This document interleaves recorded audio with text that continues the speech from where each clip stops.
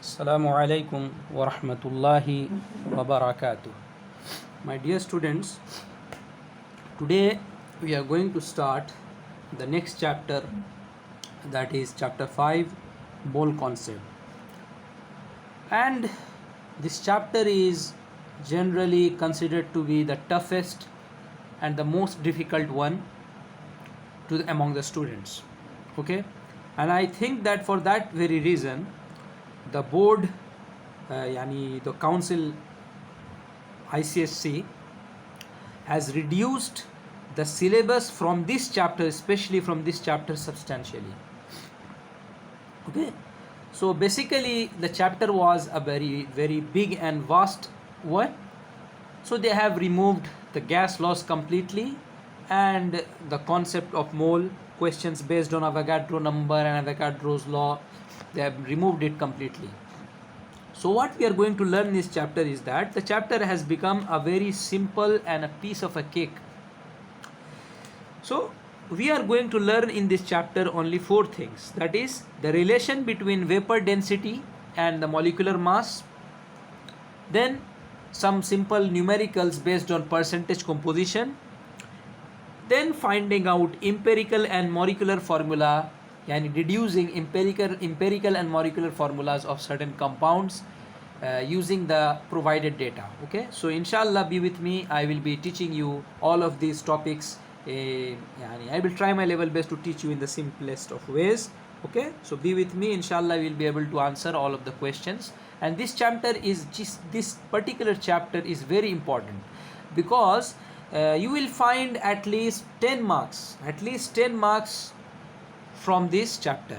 Okay, my anticipation is that at least 10 marks of questions carrying 10 marks will come from this chapter in your board exam. That's very important. So unfortunately I would say that the name of the chapter is mole concept, and they have removed the concept of mole from the chapter.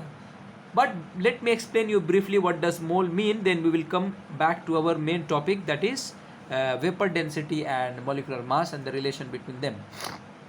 So my dear students, basically mole is what? Mole is a unit, and it is one of the 7 fundamental units which you learn in physics. Fundamental physical units, 7 fundamental units. Okay, so mole is a unit of what is it? So it's a unit, so that means it's used to measure something. So what it is used to measure? What do we measure exactly in moles? Yes, that's amount of a substance.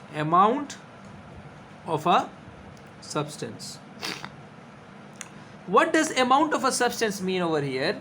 Is the number of particles, actually. Number of particles, that may be atoms, molecules, okay?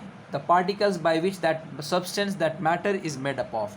So we actually calculate how many number of molecules or particles are there in a particular substance, and that is what mole means. Okay, so I'm not going in further details how to calculate the number of particles and what Avogadro said and what are the laws. I'm not going to deal in those topics because that is beyond the scope of your syllabus, reduced syllabus. Okay, so let us come directly to the concept of vapor density, and we will have to learn this formula as well, that is vapor density into 2 will give you molecular mass. Okay, so without delaying, let us come to the definition. So you can see that vapor density is equal to ratio between, so it's a ratio, just focus on the key points, key words.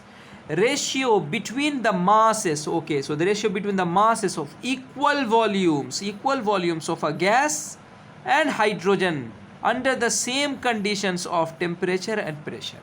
Okay, let us try to understand this with a simple example. Suppose I have a container, a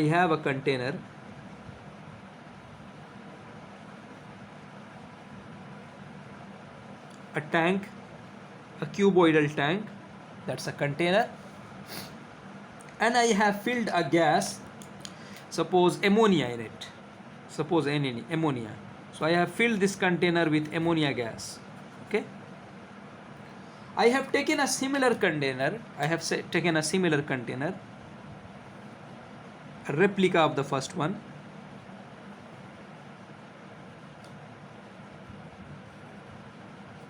Okay, and I have filled this container, the size and the shape and everything, it's completely a complete copy, an exact copy of the first one. Okay, the container is same, and I have filled this with hydrogen gas. Okay, I have filled this with hydrogen gas,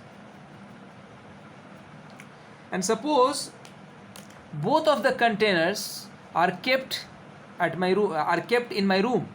So you understand that basically the temperature and pressure will remain same for both the containers, because both of the containers are under similar conditions of temperature and pressure. So suppose the temperature in my room is 25 degrees Celsius. Okay, so this container will also be at 25 degrees Celsius, suppose T1 and T2. This is container 1 and this is container 2. And pressure 1, suppose pressure 1 is atmospheric pressure, so 1 atmosphere, 1 atmospheric pressure, and pressure 2 is also 1 atmosphere. And you know 1 atmosphere, what 1 atmosphere stands for? That is 76 centimeter of Hg. Okay, so 76 centimeters of Hg, that's mercury. Okay, now let us come back. So this is a condition which I have set for you, an example to understand the definition of vapor density. So what is vapor density? It's the ratio between the masses of equal volume of gases, and this container is 1 liters, suppose, and this is also 1 liters because both of the containers are equal in shape and size. So that means I have filled this container with 1 liter of ammonia, and I have filled this container with 1 liter of hydrogen. Okay, so the definition says ratio between the masses of equal volumes. You can see the volumes are equal as well. Okay, so V1 is also 1 liters and V2 is also 1 liters. Volumes of the gas. So volume of a gas in this particular example, I have taken the gas as ammonia. You can take any other gas. Okay, I'm just for the sake of making you understand the definition, I have taken ammonia as an example. So ratio between the masses of equal volumes of gas, of a gas and hydrogen under the same condition of temperature and pressure. What is the rule? What is the parameter? The temperature and the pressure has to be constant for both of the gases.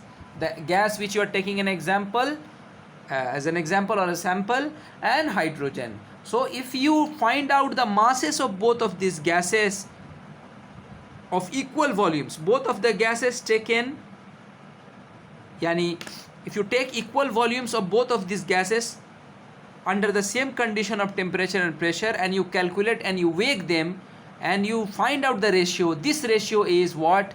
The vapor density. Okay, so suppose I got the mass of ammonia as 200 grams, suppose it's 200, assume it's 200, and the mass of hydrogen was 50, suppose 50 grams. Okay, 50 grams. So 1 liter of ammonia at this temperature and pressure and 1 liter of hydrogen at the same temperature and pressure, we have different masses. Okay, 200 grams and 550 grams. If you divide 200 grams by 50 grams, you will get a ratio. So gram will be cancelled, and you know that we don't have units for ratios. Okay, so 4 will be the answer, and this is what vapor density is. Okay, so hope you understood what vapor density means.